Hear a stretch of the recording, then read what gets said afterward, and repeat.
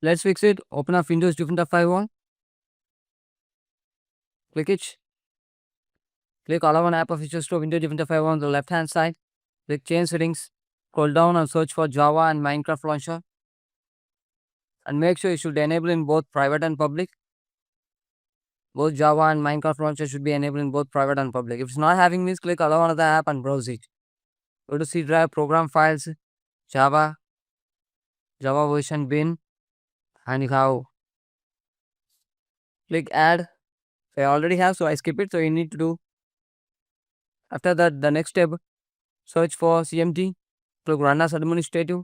Type the following text: ipconfig space / DNS. Click Enter. ipconfig space / release. Click Enter.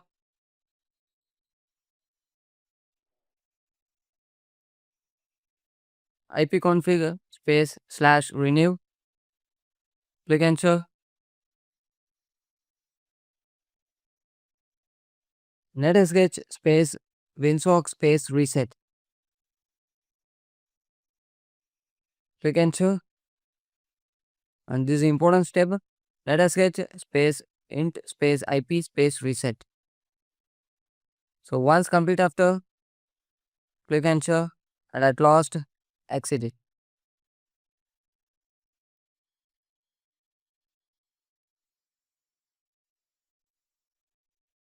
The next step, click Settings, click App Settings, click Install App, scroll down and search for Minecraft Launcher. Click the three dot icon on the right hand side, click Advanced option, scroll down. We have seen the reset settings. Indeed, repair and reset it.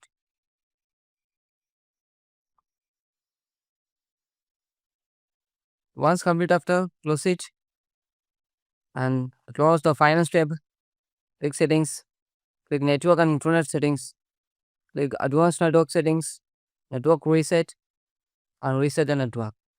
You will reinstall the network adapters.